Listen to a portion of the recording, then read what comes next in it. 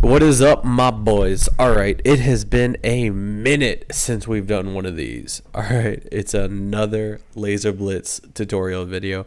Now, my mic, I got a new mic, so I might sound a bit different. Plus, I'm like a little sick. I got a little bit of a cold, but that should not matter.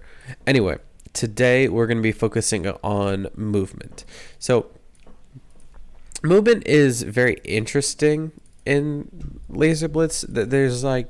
There's a really easy way to do it, and then there's a really complicated way to do it. There's not a good middle ground, but I'm gonna be teaching you guys a super simple, easy way to do movement, so you guys don't have to worry.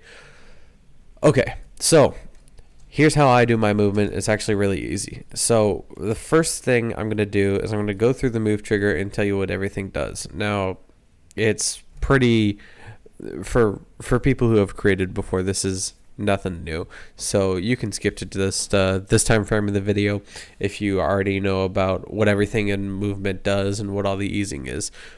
Okay, anyway, let's get started. So X moves blocks left to right. So 10 is considered one grid space, so like that's 10, and then like so 20, that's not 20, there we go, is 2 grid spaces.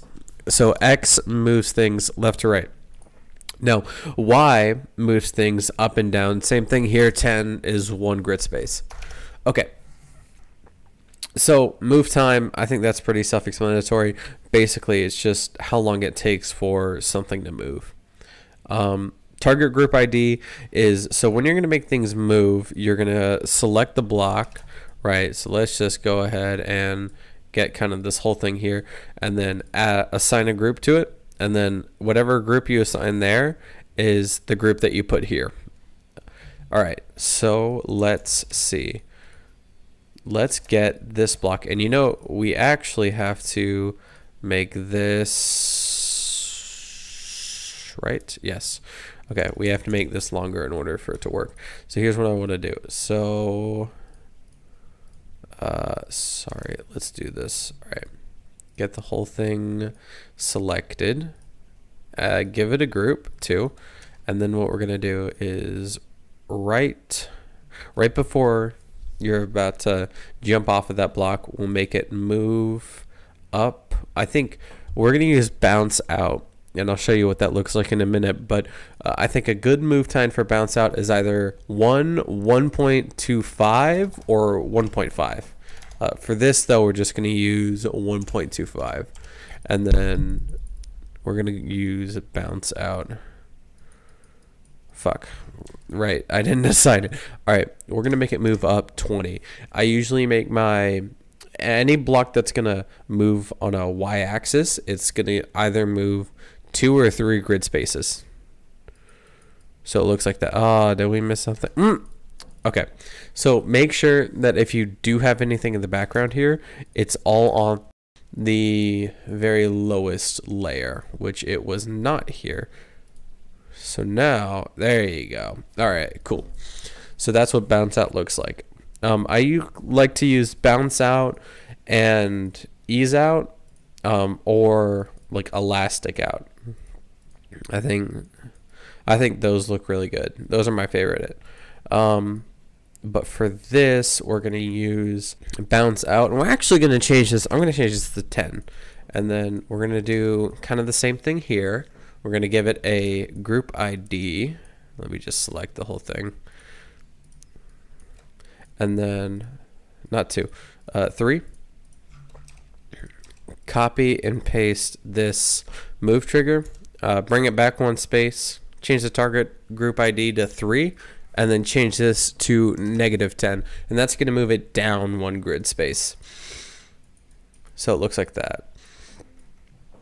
Now, something I also really like to do is right when something moves, I like to have the block pulse, and you can do this by just placing down a pulse trigger, making this target type group, and then selecting the group ID that you made your object. So this is a group ID 3 object, so you just change this to 3. Now for my, you don't want to deal with fade in, so you can just ignore that, at least for right now.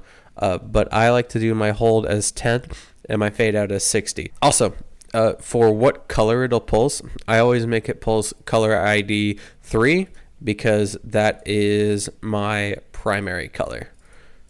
So if I play it, you can see it pulses. And basically just copy paste that and make a group ID too. So now you have like that. Now, oftentimes in Lazerblitz levels, you'll see like these pillars. I think you guys know what I'm talking about, but I'm going to build one real quick.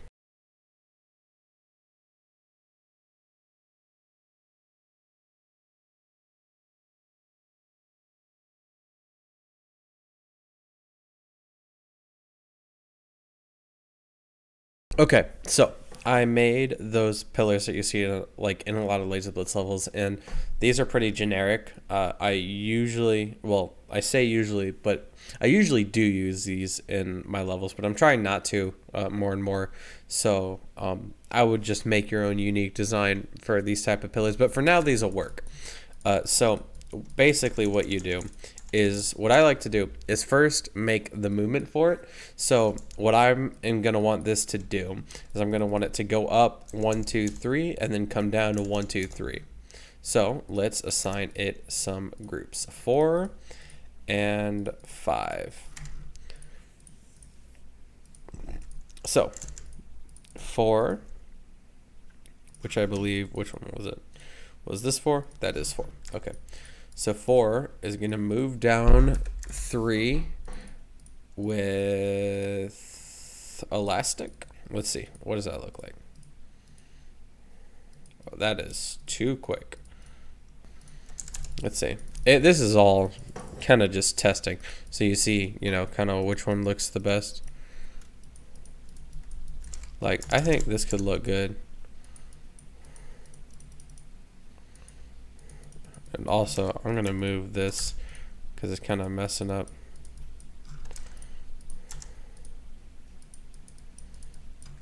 I think that looks good. Make this opposite. So if it's whatever is negative, change it to positive. Whatever is positive, change it to negative. So then it does that. And then what you should do is this. So just copy paste it and like go down a bit and then hit build helper. What build helper will do is assign these blocks and these triggers new group IDs that haven't been used yet. So it's really helpful for making things move. Anyway, just kind of do this.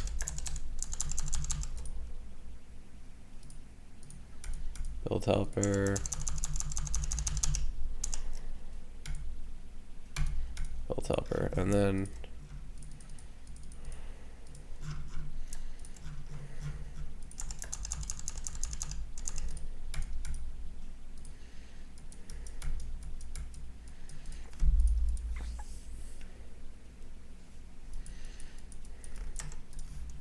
all right.